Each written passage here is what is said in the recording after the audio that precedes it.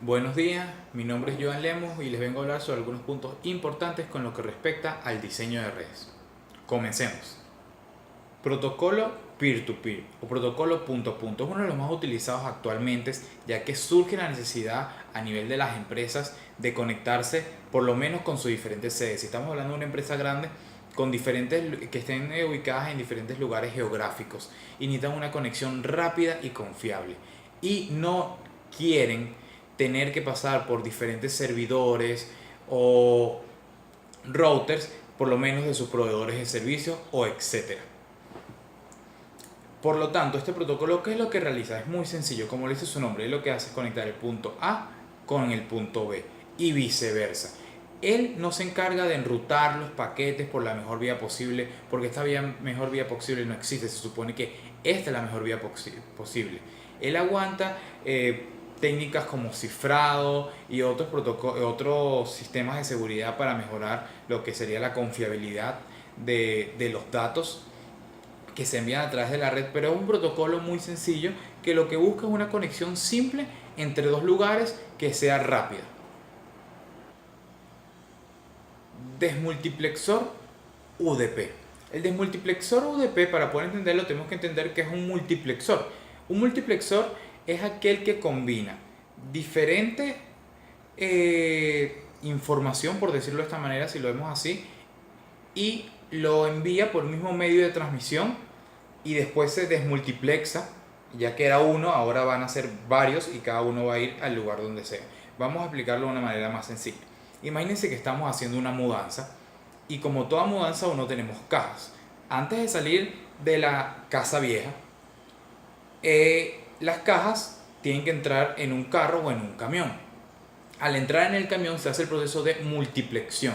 Se pasa de varias cajas a una sola gran cajota que vamos a llamar camión. Ese camión es el medio de transmisión. Cuando llega a la casa nueva, se realiza un proceso de desmultiplexión y estas cajas van de nuevo a la casa nueva, a su origen. Pero ¿qué pasa? La desmultiplexión UDP es muy sencilla, a diferencia de la desmultiplexión TCP, ya que son protocolos totalmente diferentes y tienen niveles de confiabilidad muy distintos. La desmultiplexión UDP simplemente se basa en control de puertos y direccionamiento IP. Son las únicas casillas que existen en lo que sería su región de información que existe en cada parte que se le asigna a cada datagrama UDP. Este datagrama UDP vamos a verlo como las cajas. Estas cajas tienen que ir con nombres porque si no, ¿dónde sabemos de qué es para cada lado? Entonces, ¿qué es lo que hace? El puerto sería el nombre de la caja. Entonces uno le pone el nombre de la caja, cocina, cuarto, comedor. Y así cuando las personas van a bajar la caja del camión saben exactamente hacia dónde van. Ese es el mismo proceso que hace el desmultiplexor UDP. Formato de segmentos. Estos son utilizados al momento que uno necesita enviar una información por medio de la red. Pero ¿qué pasa? En la capa del modelo OSI transporte, esta le da un formato. Este formato depende de qué tipo de protocolo se debe usar, ya sea UDP o sea TCP. Cada formato, ya que depende de los protocolos, son distintos, ya que evalúan cosas distintas, ya que tienen cada uno funciones distintas. Pero ¿cómo son? Vamos a darle una vuelta más o menos parecida, de forma muy general.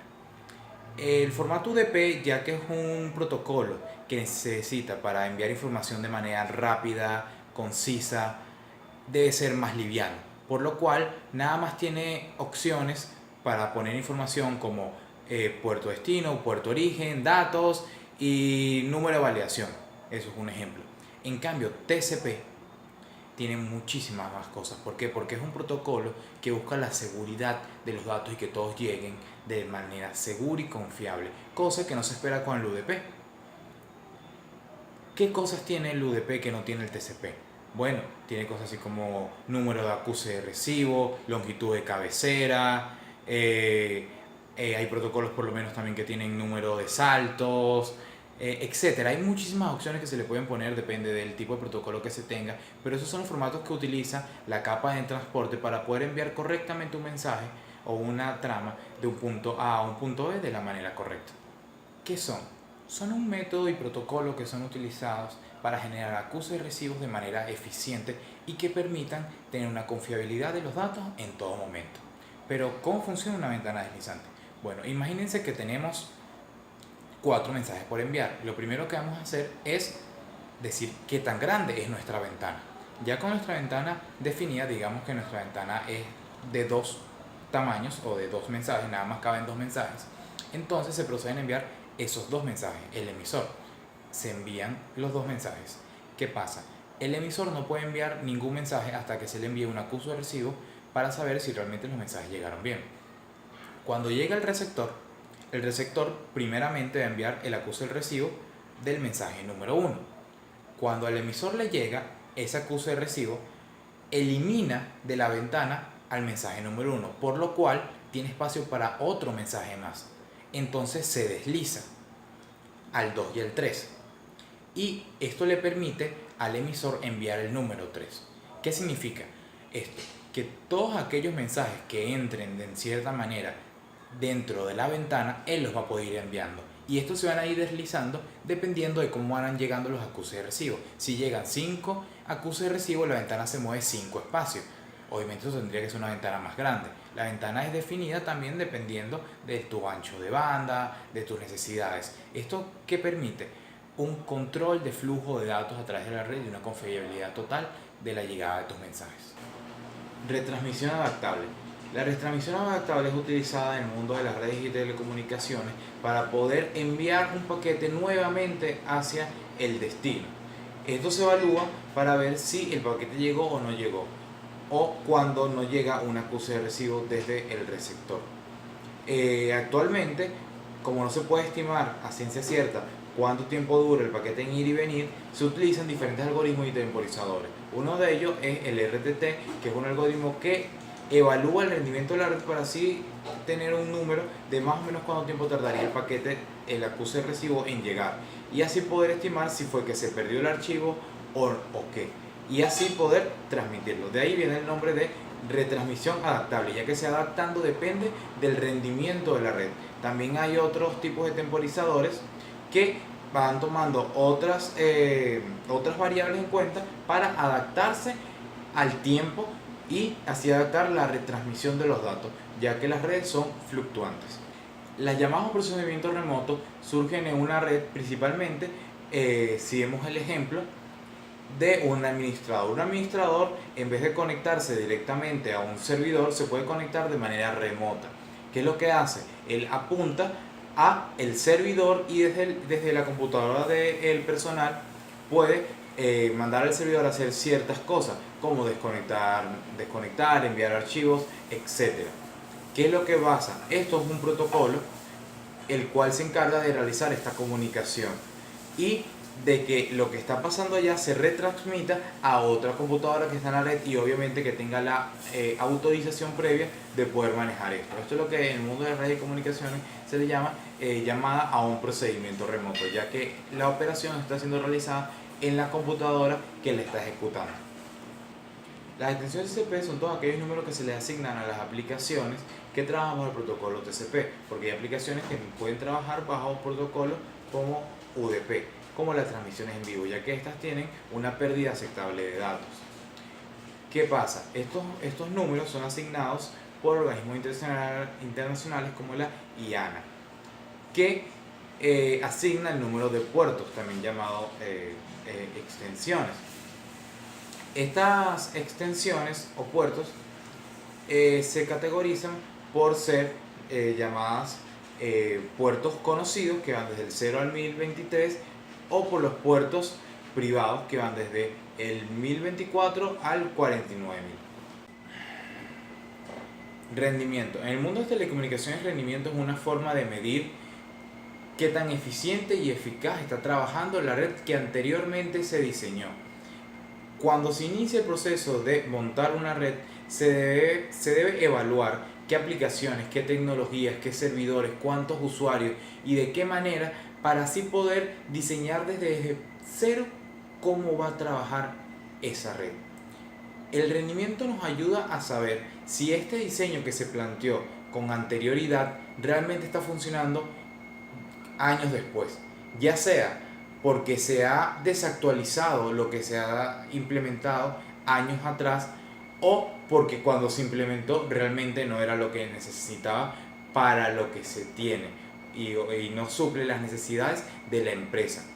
El rendimiento es una forma de medir cómo trabaja de manera eficiente una red bajo ciertos criterios como cómo se envía un mensaje, los niveles de latencia, los bucles que puedan existir, el retraso en la red. Todos estos son factores que se van midiendo y te van diciendo si realmente existe un rendimiento o no en la red. Asignación de recursos. Constantemente en una red los diferentes elementos están solicitando los recursos dados por los switches y por los routers, con el fin de poder cumplir sus funciones y satisfacer cada una de sus demandas. ¿Qué pasa? La asignación de recursos efectiva ya sea en el momento de que los routers y los switches deciden decir sí o no a qué aplicaciones ir primero y dar una prioridad, para que de esta manera todas las aplicaciones de la red trabajen de la mejor forma posible. Por lo menos una aplicación que busca una comunicación streaming de un punto A a un punto B necesita una prioridad y una asignación de recursos mucho más rápida y mucho mayor que capaz una aplicación que solo está solicitando entrar a un servidor para sacar una información contable, entre otras cosas. Esto es la asignación de recursos y un administrador debe hacerlo de manera efectiva al darle prioridad a las diferentes aplicaciones. Control de congestión. Constantemente en una red existe un envío de archivos y de datagramas. Sin embargo, al momento de haber una sobrecarga, gracias al envío constante de diferentes hosts a un solo nodo, o sea, un router, este mismo elemento físico de hardware se sobrecarga, por lo cual deja de hacer su trabajo. El control de congestión es evitar que esto pase, por lo cual se van evaluando los diferentes entornos de la red para así evitar que nunca se envíen muchos archivos a un mismo lugar y entre en colapso. Control de flujo. El control de flujo lo que busca es evaluar si existe algún elemento de la red que esté enviando una sobrecarga de archivos a un receptor que no tiene la misma capacidad de evaluar o de analizar esa misma cantidad de archivos. No es que uno esté mandando más, sino que hay uno que tiene un proceso más lento de análisis, por lo cual se sobrecarga.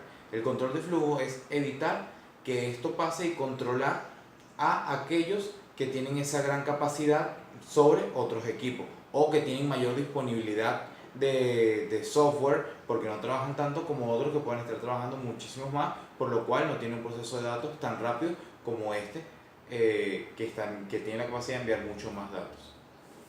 Mecanismo de asignación de recursos. En el mundo de telecomunicaciones existen diferentes formas de ver cómo asignar el recurso de manera correcta. Por lo menos uno puede estar centrado en los routers o centrado en los hosts, centrado en las reservas o centrado en la retroalimentación. Entre estos están también muy conocidos lo que se llama la asignación efectiva, que lo que busca es dar el mayor ancho de banda a cada una de las aplicaciones con el menor tiempo de retardo posible. Eso tiene su fórmula específica y se evalúa a través del tiempo. También está lo que es la asignación justa. ¿Qué busca la asignación justa? Que se le dé a cada flujo que existe, que esté pasando por los routers o por la red, la misma cantidad de ancho de banda, por lo cual queda a criterio del administrador de red decidir qué tipo de criterio se va a utilizar en la arquitectura que se está diseñando.